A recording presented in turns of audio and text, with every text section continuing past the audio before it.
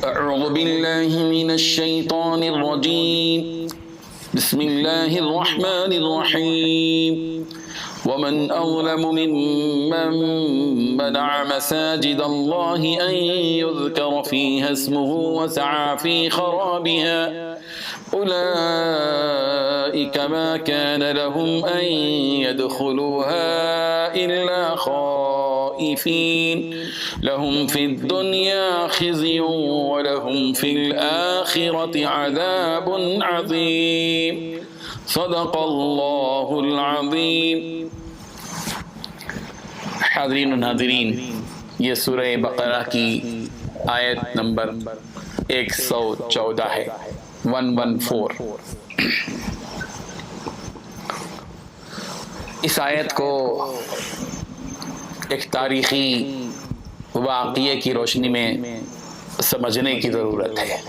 آپ اور ہم جانتے ہیں کہ نبی کریم حضرت محمد رسول اللہ صلی اللہ علیہ وسلم کو مکہ مکرمہ سے ہجرت کرنے پر مجبور کیا گیا، اور پیارے پیغمبر صلی اللہ علیہ وسلم کی نگاہ میں مکہ مکرمہ کی بڑی عظمت اور محبت تھی، لیکن مشرکین کی مخالفت کی وجہ سے آپ کو ہجرت کرنا پڑا۔ مکہ سے مدینہ منورہ سرکار رخصت ہوئے۔ مدینہ میں نبی کریم صلی اللہ علیہ وسلم نے قیام فرمایا۔ ہجرت کا 6واں سال تھا، یعنی تقریباً 6 سال ہو چکے تھے، یا 5 سال گزر کر 6واں سال چل رہا تھا۔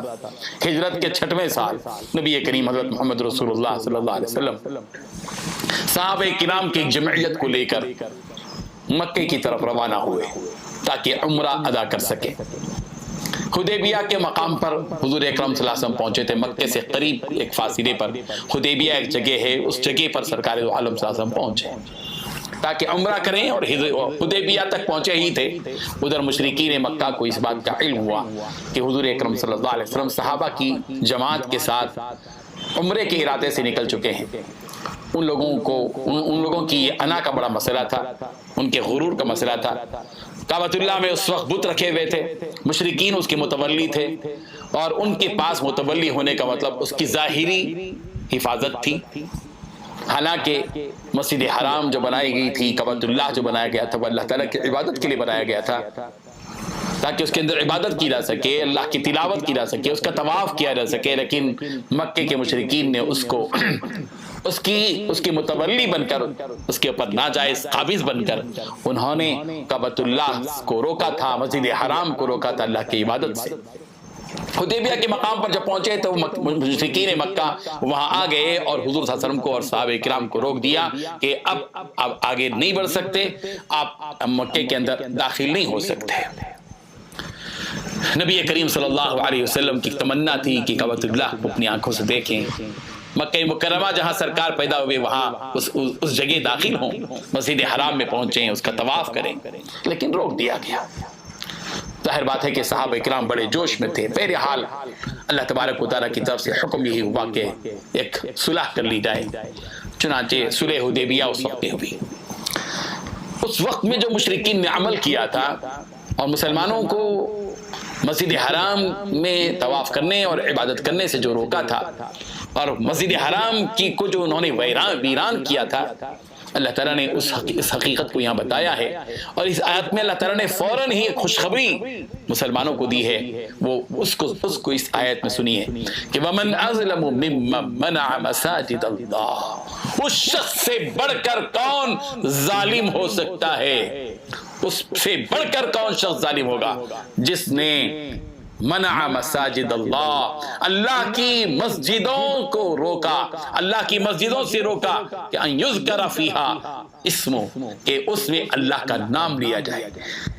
اس سے بڑھ کر کون ظالم ہوگا جس نے اللہ کی مسجدوں میں اللہ کے نام کا ذکر کرنے سے روکا، وسعی فی خرابہا، اور ان اللہ کی مسجدوں کو ویران کرنے کی کوشش کی۔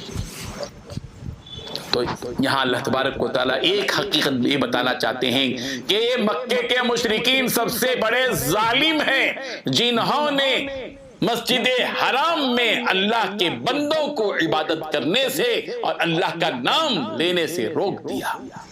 اور اس مسجد حرام کو ویران کر کے رکھ دیا۔ آگے اللہ تبارک و تعالی مسلمانوں کو وقتی طور پر تو مسلمانوں کے لیے ایک بڑی پریشان کن بات تھی کہ اتنی دور کا سفر کر کے آئے اور عمرہ کیے بغیر چلے گئے، جبکہ وہ احرام کے ساتھ آئے تھے۔ حضور اکرم صلی اللہ علیہ وسلم نے فیصلہ کر دیا کہ نہیں بھی وہ واپس لوٹنا ہے، لوٹے۔ لیکن اللہ تعالیٰ نے ایک بڑی خوشخبری دی مسلمانوں کو اسی آیت میں، اولئک ما کان لهم ان يدخلوها الا خائفین۔ اے مسلمانوں، ڈرنے کی ضرورت نہیں ہے۔ آج جو تم کو ڈرا رہے ہیں، آج جو کافر اور مشرک تم کو کعبۃ اللہ سے روک رہے ہیں، ایک دن آئے گا کہ یہی لوگ، یہی مشرکین کعبۃ اللہ میں ڈرتے ہوئے، ہانپتے ہوئے، لرزتے ہوئے اس مسجد میں داخل ہوں گے۔ اس وقت میں تمہارا راج ہوگا، تمہاری حکومت ہوگی۔ انتظار کرو چند سالوں کا۔ اولئک ما کان لهم، یہ وہ لوگ ہیں کہ ما کان لهم يدخلوها، کہ یہ مسجد حرام میں داخل نہیں ہو پائیں گے الا خائفین، مگر ڈرتے ہوئے۔ لہم فی الدنیا خزی، ان کے لیے دنیا میں رسوائی ہے، ولہم فی الآخرۃ عذاب عظیم، اور آخرت میں ان کے لیے دردناک بہت بڑا عذاب۔ چنانچہ ہوا یہی۔ اللہ اکبر، 8 سن ہجری میں، 6 سن ہجری میں صلح حدیبیہ ہوئی، اور 2 ہی سال کے بعد 8 سن ہجری کو اللہ کے نبی صلی اللہ علیہ وسلم فاتح بن کر مکہ مکرمہ میں ہزاروں صحابہ کے ساتھ داخل ہوئے، اور اس وقت میں مکے کے لوگ کانپتے ہوئے، لرزتے ہوئے حرم میں داخل ہو رہے تھے، مسجد حرام میں آ رہے تھے۔ اللہ تبارک و تعالیٰ نے وہ دین مسلمانوں کو بتلا دیا۔ تلک الایام نداولها بین الناس، یہ وہ دن ہے جو اللہ تعالیٰ پلٹتے رہتے ہیں، لوگوں کے درمیان میں الٹ پلٹ ہوتی ہے، اونچ نیچ، عروج، زوال، صحت، بیماری، ترقی، زوال، کامیابی، ناکامی، جیت، ہار، قوت، کمزوری، ان کے درمیان میں آدمی موجود ہے۔ یہ اللہ تبارک و تعالیٰ نے یہاں بتایا ہے۔ مسجد اللہ کا گھر ہوتا ہے، اور مسجدوں کو اللہ کے ذکر سے روکنا، اللہ کی عبادت سے روکنا بہت بڑا بھاری جرم ہے۔ مجھے یہاں یہ بات بھی کہنے دیجیے کہ آج کل ہمارے اس ملک کے اندر مسلک کی بنیاد پر مسجدوں سے لوگوں کو روکنے کا مزاج پیدا ہوا ہے۔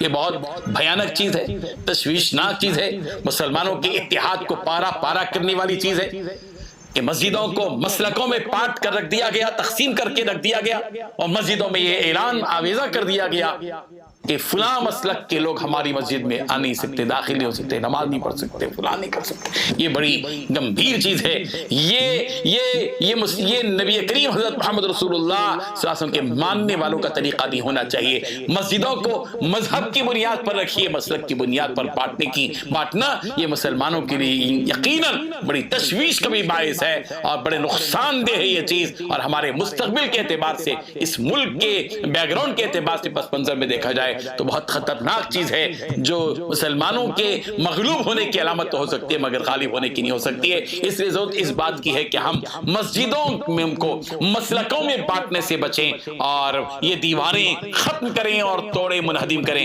جو ہم نے مسلک کی بنیاد پر اپنی مسجدوں کو منقسم کر لیا ہے۔ یہ بہت بھیانک چیز ہے۔ اللہ تبارک و تعالی ہم مسلمانوں کو متحد اور متفق رہنے کی توفیق عطا فرمائے۔ وآخر دعوانا الحمدللہ رب العالمین۔